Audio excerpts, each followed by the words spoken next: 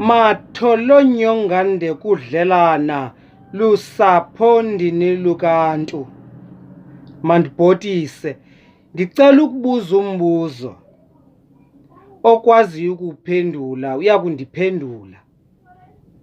Uziva kanjani xa uthandaza? Ingqondo yakho ikuxelela into yokokuba uThixo uva wena wedwa, abanye abantu akabava.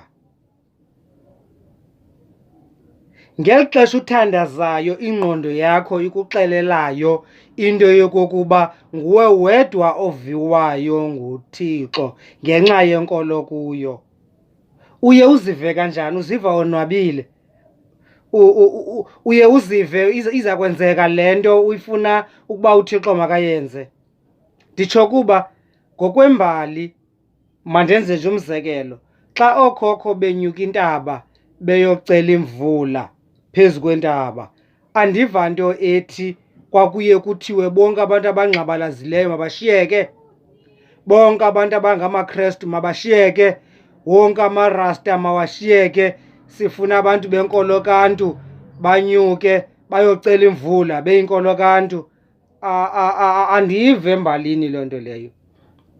Ndingazange ndive kusithiwa bekunyuke intaba amaKrestu okanye amaKrestu ebeyocela imvula kuloo ndawo ebeyoyicela kuyo nokokuba kuphi, aze athi abanye abantu mabangezi.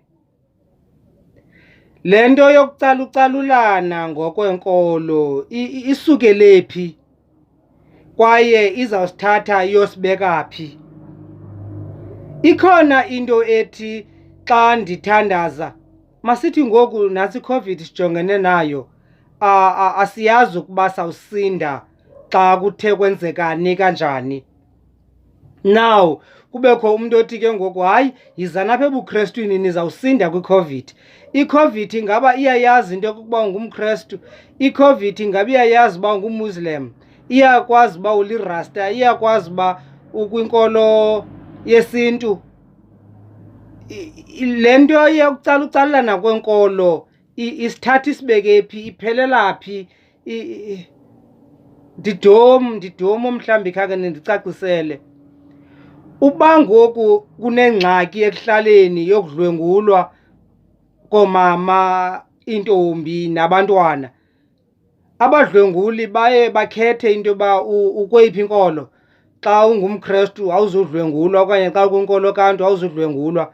So xa sithandazela into yokokuba mazingabikho izidlwengu, sithandazela uba mabangabikho ababulali, sithandazela indlala, sithandazela izifo, simele into yoba ke ngoku sithi hayi thina sizawuthandaza asibafuni abantu bezinye inkolo njengoba sithandazela uba izidlwengu mazingabikho.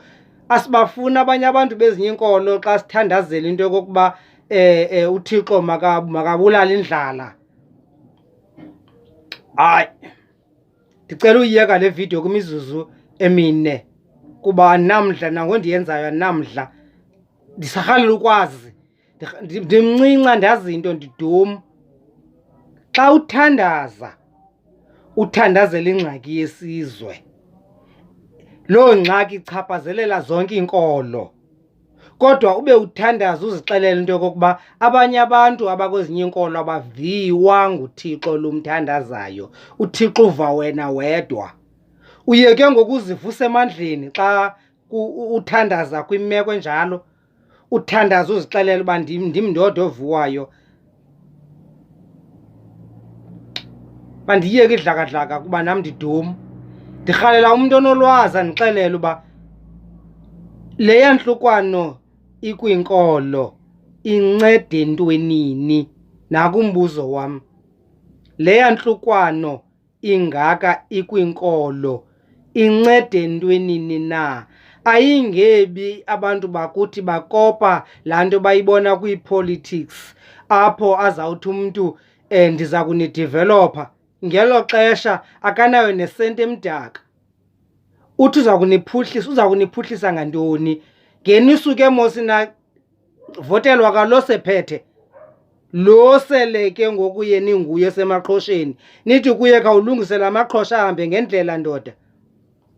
Ngoku nithatha umntu osezawuphinda afunde ukuwacofa la maqhosha, kuqengqeleka iminyaka ezama ukuwacofa. Andikho kwipolitics kodwa eyona nto endiyithethayo isekubeni into yokokuba ayingebi nakwinkolo kudlalwa ipolitics.